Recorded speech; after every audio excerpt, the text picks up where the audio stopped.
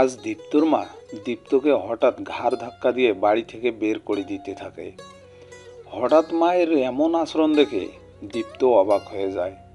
অবাক হয়ে কাঁদো কাঁদো কণ্ঠে তার মাকে সে জিজ্ঞেস করে, মা, তুমি কেন আমাকে আজকে হঠাৎ ঘাড় ধাক্কা দিয়ে বাড়ি থেকে বের করে দিচ্ছ? উত্তরে দীপ্তর মা বলে, তুই হচ্ছিস আমার সৎ ছেলে, তুই জানিস না আজকে আমার শহর থেকে নিজের ছেলে লেখাপড়া শেষ করে আসতেছে বাড়ি। তোকে যদি আমি এই বাড়িতে রাখি তাহলে আমার নিজের ছেলেকে কোথায় জায়গা দেব? অতএব তুই আজকে এই মুহূর্তে এই বাড়ি থেকে বের হয়ে যা। মায়ের মুখে এমন কথা শুনে দীপ্তর বাবা সেখানে চলে আসে। সেখানে এসে এর প্রতিবাদ করতে চাইলে দীপ্তর মা দীপ্তর বাবাকেও সেখানে অপমান করে সেখান থেকে তাড়িয়ে দেয়। কিন্তু দীপ্ত অবাক হয়ে যায়। সে তো কিছুই ইনকাম করে না, এই মুহূর্তে যদি তাকে বাড়ি থেকে বের করে দেয় তাহলে সে কি করবে, কোথায় যাবে, কিভাবে চলবে, কি খাবে? এমন কথা ভেবে কান্না করতে করতে সে তার মায়ের পা জড়িয়ে ধরে অনুরোধ করতে থাকে তাকে যেন তার মা বাড়ি থেকে বের করে না দেয়। কিন্তু সৎ মায়ের মনে সৎ ছেলের জন্য এতটুকুও জায়গা মিলল না। তখন তিনি পা দিয়ে লাথি মেরে দীপ্তকে বলতে লাগলেন, তুই আজকে যতই বলিস না কেন, তোর জন্য আমার মনে এতটুকুও ঠাঁই হবে না। তুই এখনই এই মুহূর্তে এই বাড়ি ছেড়ে চলে যাবি, আর কোনো দিনও যেন এই বাড়ির ত্রিসীমানায় তোকে দেখতে না পাই। সৎ মায়ের মুখের এমন কথায় দীপ্ত আর কোনো বলার সাহস পেল না তার মাকে। তখন সে চোখের জলে একাকার হয়ে নিজের বাড়ি ত্যাগ করলেন। বাড়ি থেকে বের হয়ে যাওয়ার সময় প্রতিমধ্যে তার সৎ ভাইয়ের দেখা হয়। তার সৎ ভাইকে অনেকভাবেই অনুরোধ করে তার মাকে যেন বুঝিয়ে বলে তাকে বাড়ি থেকে বের করে না দেয়। কিন্তু তার সৎ ভাইও বিনিময়ে ঠিক একই আচরণ করলো যেমনটা তার সৎ মা করেছিল। কোনো কুল কিনারা না পেয়ে তখন সেখান থেকে দীপ্ত চলে আসে। এরপর দীপ্ত বাড়ি থেকে বের হয়ে গিয়ে একটা গাছের গুঁড়িতে বসে আপন মনে কান্না করতে থাকে। তখন তার কান্না দেখে সেখানে একটি মেয়ে চলে আসে। একটি মেয়ে আসার পর তার সকল কথা শোনার পর তাকে তাদের বাড়িতে আশ্রয় দেয়। এদিকে দীপ্তর সৎ ভাই এবং সৎ মার খুব আনন্দেই দিন কাটছিল। ওদের আনন্দের মাঝে হঠাৎ এক অচেনা লোক চলে আসে। অচেনা লোক চলে এসে দীপ্তর খোঁজ করতে লাগে, কিন্তু তারা অস্বীকার করে। তারা বলে এই বাড়িতে দীপ্ত নামে কেউ থাকে না, এটা আমাদের বাড়ি। তখন তিনি বলতে থাকেন যে দীপ্ত একটা লটারি কেটেছিল, যে লটারিটা আমাদের কোম্পানিতে প্রথম প্রাইজ পেয়েছে, যার পরিমাণ 1 কোটি টাকা। এমন কথা শোনার পর তাদের মাথায় যেন আকাশ ভেঙে পড়ে। তখন তারা সব কিছু অস্বীকারকে ভুলে গিয়ে তারা বলতে থাকে যে এটাই দীপ্তর বাড়ি, দীপ্ত তো এখানেই থাকে।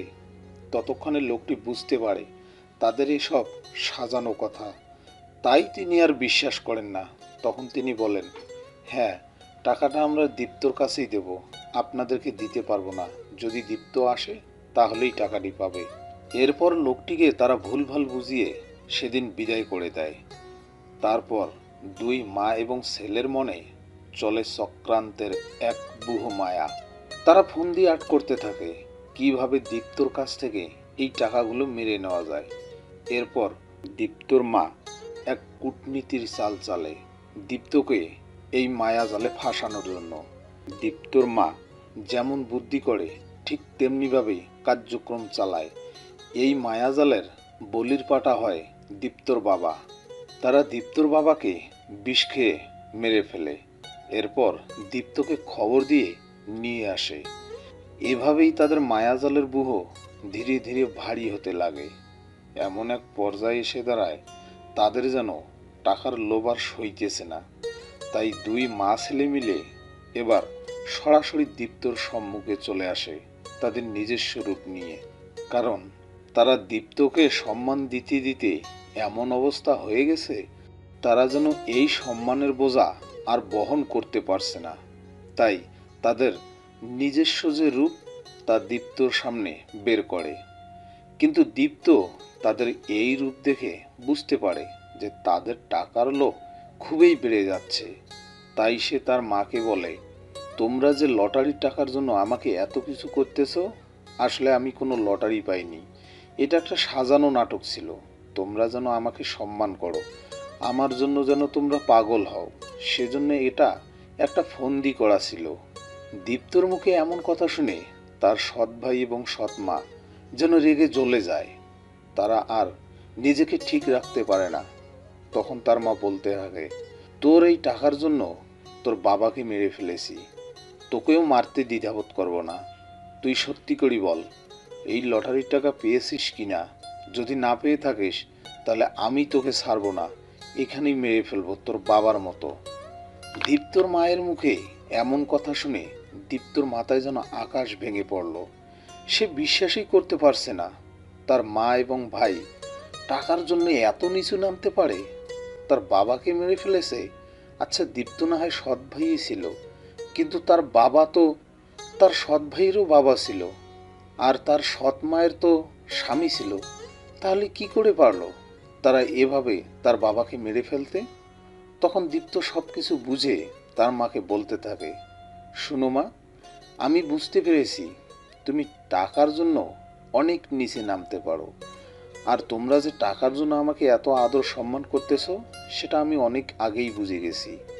এখন তোমাকে যে বলছিলাম আমি টাকা পাইনি, এটা আসলে ভুল ছিল।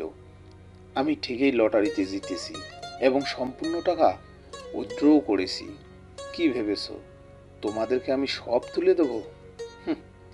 কিভাবে তোমাকে বিশ্বাস করব বলো? তুমি তো আমার বিশ্বাসের মর্যাদাই রাখো না।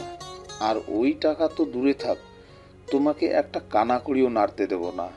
আর তোমরা যে আমার বাবার সাথে করেছো, যে অন্যায় তোমরা নিজের হাতে নিজে তুলে নিয়েছো, আর সেই অন্যায়ের দায়ে তোমাদেরকে আমি ছাড়বো না।